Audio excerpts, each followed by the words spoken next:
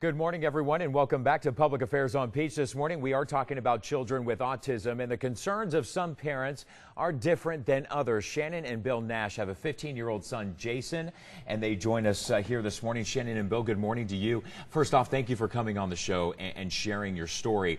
We were talking to another family here, and their son is about to turn 3 with autism. Your son, Jason, was diagnosed at the age of 2. He's now 15.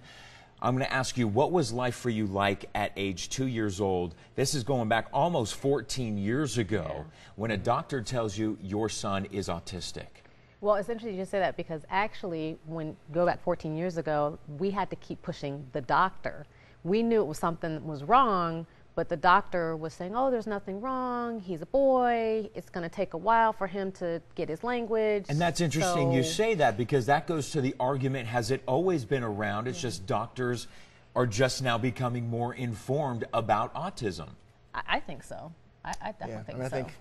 I think the answer is we don't know, but certainly I think better diagnosis is something that certainly probably had an impact on the overall numbers. And let's go back 14 years ago. Science is nowhere near where it is today, especially when dealing with autism. What are some of the things they told you when Jason was 2 or 3 or 4 years old? What were some of the therapies that were being offered, if any? Well, in the beginning, none, because actually they diagnosed him as mentally retarded.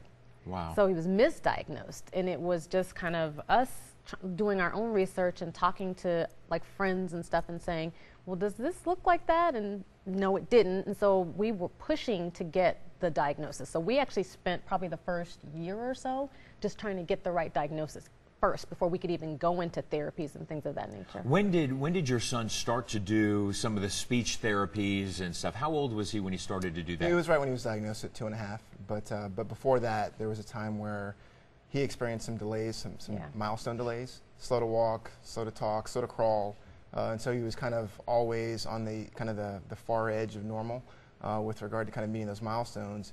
That coupled with other things like not making eye contact, not sensory, not like responding to pointing and sensory like issues afraid. as well. He was afraid of the sun. That was one of the things that stood out for me, is that I have a child who's in the back seat of my car who's like flailing and kicking because the sun hit his face.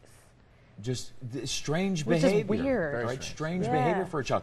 So as your son started to get older, did you keep him in school with everybody else, or did you guys have to special school him?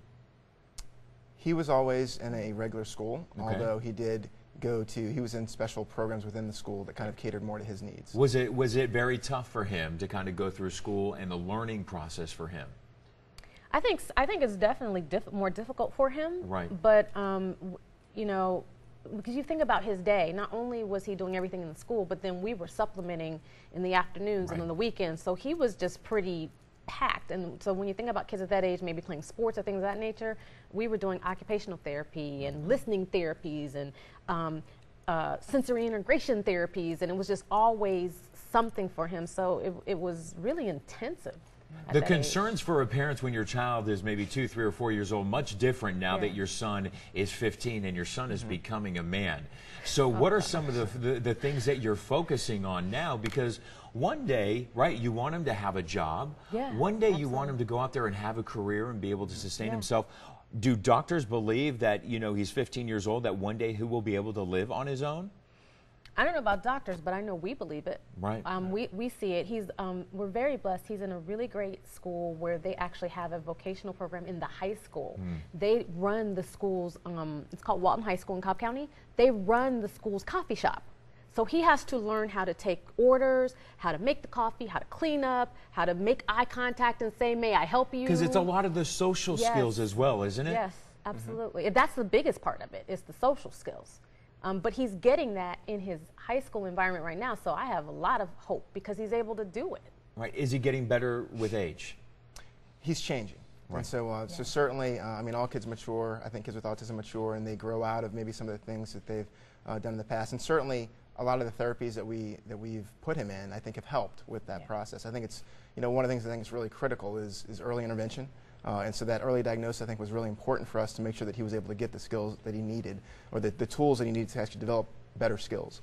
But he's definitely changed. his personality's kind of blossomed over the years. He's a, at one point we weren't sure if he'd ever talk. Yeah. And now sometimes we're not sure if we can get him to be He quiet. shut up. Really? Yeah. Now he just talks all the time. All the time. Very interesting. So obviously the therapy is working. Whatever it is you're doing is starting to work. I mean, I think or it is working. I think it works because when I look back at when you had the other couple on, I look at where they are and how much time we put into just therapies at that age. By the time he was, I don't know, maybe 5th or 6th grade, a lot of those therapies had fallen off because he didn't have the issues anymore. Interesting. And now you don't really see a lot of them at all. I'll ask you the same question I asked the other family too, because it is like opening up a can of worms when you talk about autism and families and what leads to it and is there a way to prevent it. Through your experiences, some people say it is, getting all the shots when we're kids or something that we're eating in our food. What do you guys believe, talking with doctors and all the experiences you've been through, do you think that autism is something that can be prevented? I think that autism is something that I think we don't know. I think we really just don't know. I mean, the hope is that that there will be a cure. I mean, that's ultimately, I think, what everyone who has a child with autism would love to kind of see. Are there doctors even out there, instead of working on the therapies, are there doctors out there, I mean, kind of school me on this, are they trying to find a cure for this? Oh, absolutely. And I mean, I know Autism Speaks funds all kinds of research initiatives right now. There's lots of people trying to find a cure. I think that's that's happening. But I hope there will be a cure. Right. I mean, I do hope it. But people, I think what I'm hearing, that our child is older, is that people are coming up with different ways to help these people transition to being adults. The therapies are different, right? Correct. The therapies may be different at a young age. And what about support groups? Was that big for you guys? I mean, 14 years ago, I mean, I don't think as many kids were being diagnosed with autism as are today. I mean, you've got 1 in 51 just here in the state of Georgia when you're talking about boys.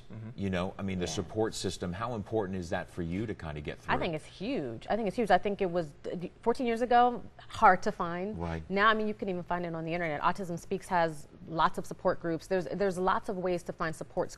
Churches have them, et cetera. There's lots of ways. I think it's imperative because you learn from other parents what the best doctor is, what the best this is, what the best that is. You've learned that from support groups. All right, Shannon and Bill, thank you very much for coming on and sharing your story. The hope here is to give other parents out there a little bit of hope who may have a child who's autistic.